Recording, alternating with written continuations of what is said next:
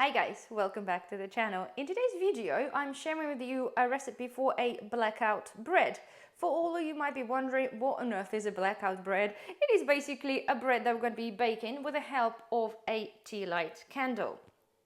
As a prepper, of course, guys, it's super important to have your backup cooking facilities. For example, if the grid goes down and there's no electricity for a prolonged period of time, it is super important to have your either camping stoves with gas, outside gas barbecue, have some spare wood, have an ability, but know how you're going to cook your food if the grid goes down.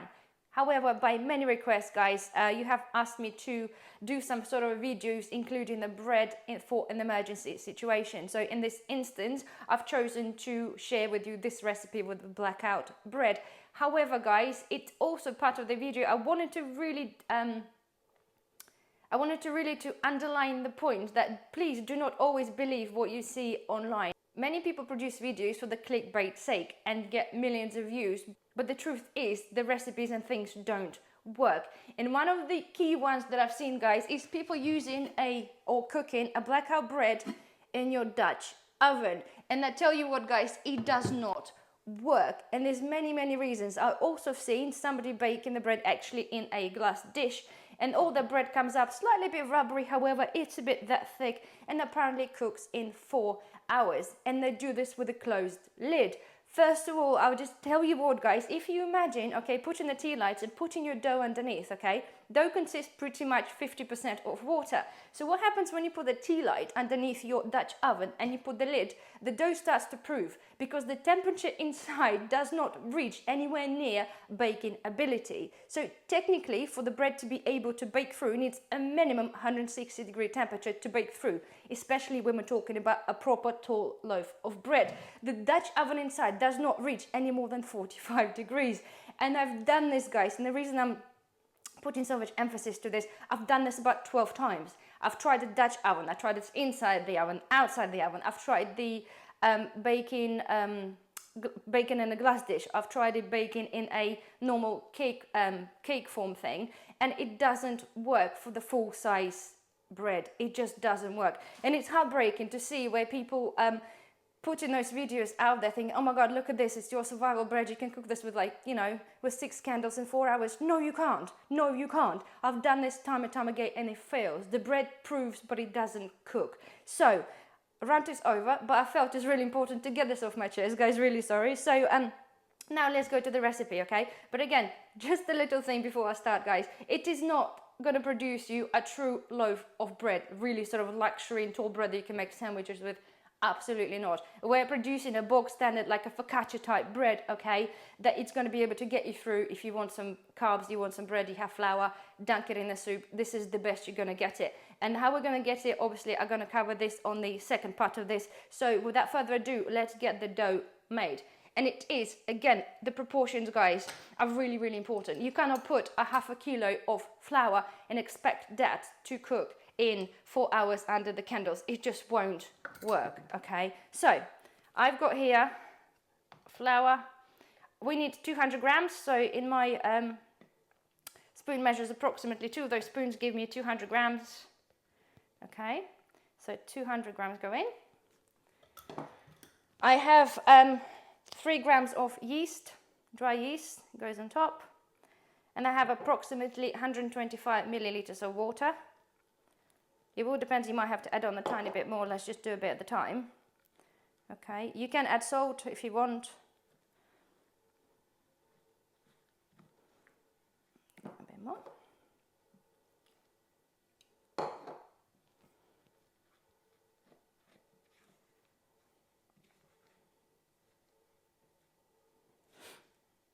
Okay guys, right, so we're basically, first part of this we're doing as a no-knead bread because it's just easier. So all I've done, just mix it together. Okay, it's fairly sticky and fairly wet. Okay, so I'm gonna do is just put a little shower cap on it. I'm gonna put this in utility in one place, and we're gonna come back to this when it's doubled in size. So guys, it has spread a little bit. It's exactly what we want, okay? So next thing is, guys, we have to knead this one. Unfortunately, that's not one of those no-knead recipe because this kind of dough, you can see it's very elastic. However, it just won't work. It's too much moisture in there. and it's just not something that's going to be suitable for this recipe, okay? So what we're going to do now is we're actually going to need that and actually add enough flour to make it into basically a nice ball of dough. So I'm going to sprinkle some here. Let's get this out. You could technically, right, initially if you wanted to, you can do this like in the food process and sort of mix and get this done in one go. However, I prefer to double proof the dough, especially in this instance, so it's just my personal choice. So and especially guys as well, if you are between like school runs type thing, because obviously that dough is suitable to actually make your pizza dough or whatever else. If you're between going somewhere in places, you can just do it a bit at a time kind of thing, and it's absolutely fine. Okay, so let's make into a nice dough. So soft. Something about the dough, it's just it's relaxing. You can just I'm not particularly making it into not kneading it into the massive loaf, guys, because it's not what we're doing. Okay, it's not the idea of this. Okay, doesn't take long. Right, so we have our little blob. Always make the dough round, but I'm putting it into the square base. So okay, just sprinkle a tad more on the top. So right, so we are now gonna put this into our baking tray. Okay, I'm using, it's 20 by 20. Okay, so I'm gonna sprinkle a little bit of flour in the base. The idea, guys, how this is going to work, okay, is going to work by the direct heat of a candle. So the flame, it's almost going to be touching the thin metal base. So it's going to cook from there and obviously help it rise ever so slightly, okay? And then we're going to turn it over. So let's get this thing in here, okay?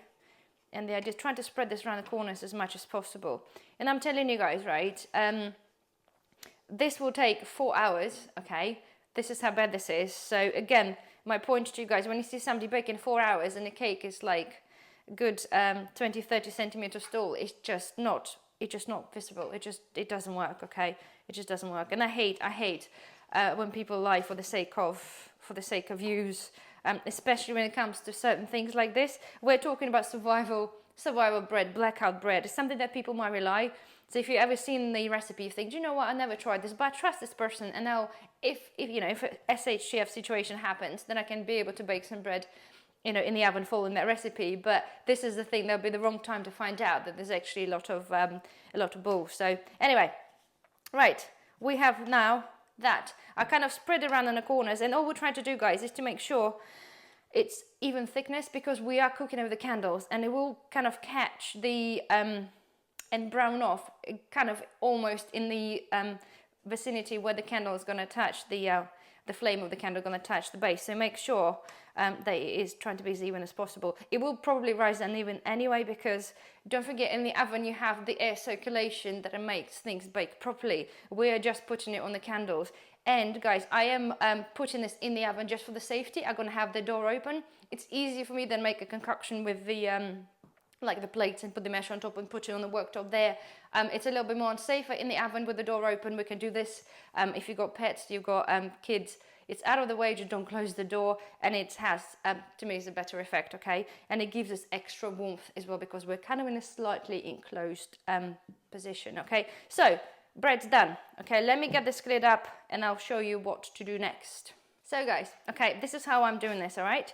I've got 2 trays, okay? This is gonna go on the bottom of my top oven, okay? The reason I have one tray there, and I've got a couple of barbecue skewers in there and another tray on top, because I want to raise off the trays up as close as possible to my shelf in the oven.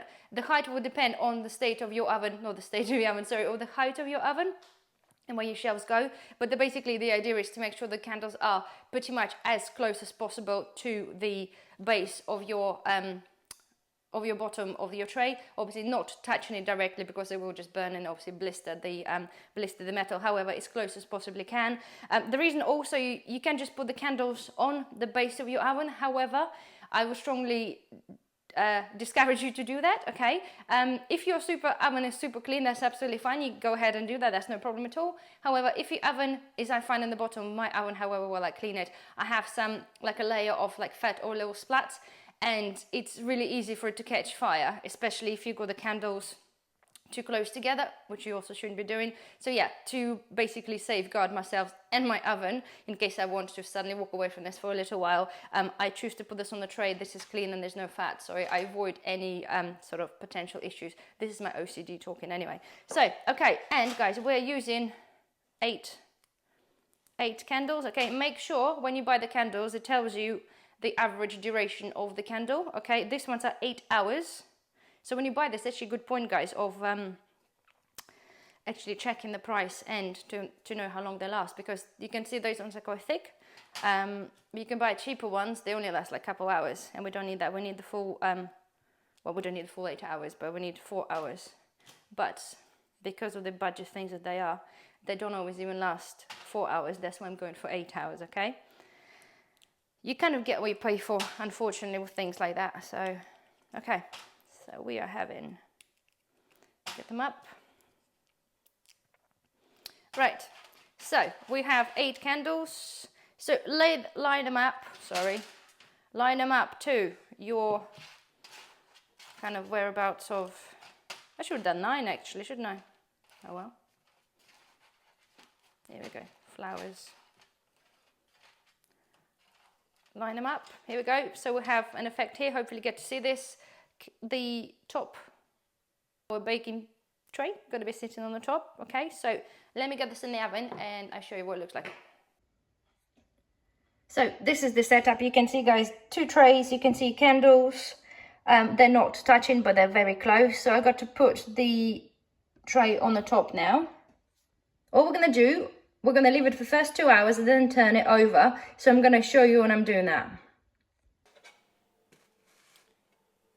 So guys, this is what we have, okay? It's been a couple of hours, so let's turn it the other way around. Oh. It's a bit awkward, sorry guys, I'm trying to do this for the camera.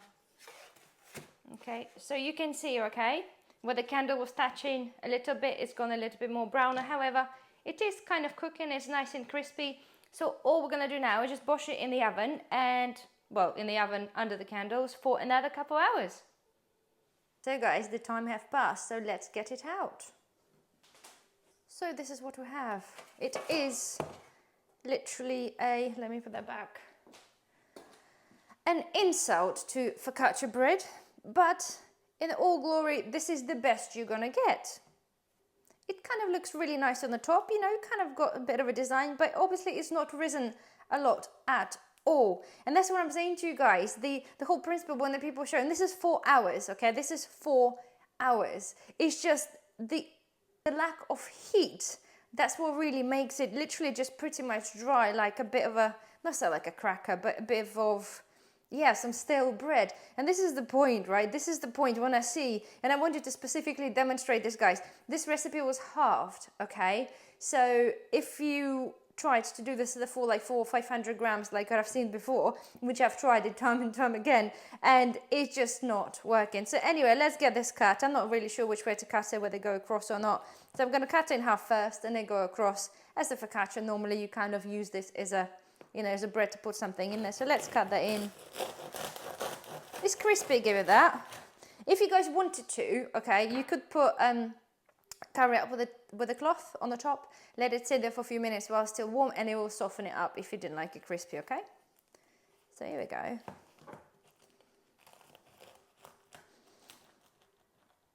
Right, there we have it. So guys, it's cooked through and through, okay? You can see that it's definitely cooked. So I'm gonna cut this in half again, okay? And then, to be fair, you might just be able to, I had this a little bit sunken in the middle, obviously, when I did this with my fingers, but technically, I should be able to cut this in half still, which I can. Still a bit warm, so here we go, look. So it is an edible, I would still call it a focaccia, however, it's like, you know, you might have not seen a focaccia in its entire life, however, it is what it is. And you easily, okay, you can easily make a sandwich out of that. You can put butter on it, you can do whatever you want to, or you can just use this for soup, okay? But this is the best you're gonna get it. So I'm gonna keep repeating myself, and I'm sorry about this, guys. However, it is just, the moral of the story, don't always believe what you see, okay? And as I promised you, I've tried the recipe, I've tried the attempt to make the proper full-size bread about 12 times. I've played with the proportions of the flour in terms of I've done the big ones and I've done the little ones. I've played around with the amount of, whatever vessel I used to bake it in. I played around with obviously trying to cook this in the oven with the candles, so it's a bit more enclosed, a little bit warmer. I tried this outside, however, nothing worked apart from that. And I am happy with this result for literally a SHTF scenario if you do not have an ability to cook, alternative ability to cook yourself some bread or some food. Candles, a bit of flour and a bit of water and a bit of yeast obviously will produce you something that will yield you a semi-acceptable piece of bread to eat with whatever you wish. And another moral of the story, guys, is invest into your second point of cooking. In terms of what I mean is invest in something that you're able to cook yourself, like a spare gas, portable hob, anything like that, just still help you in the end of the world scenario type thing. So anyway, guys, I really hope that you enjoyed the video.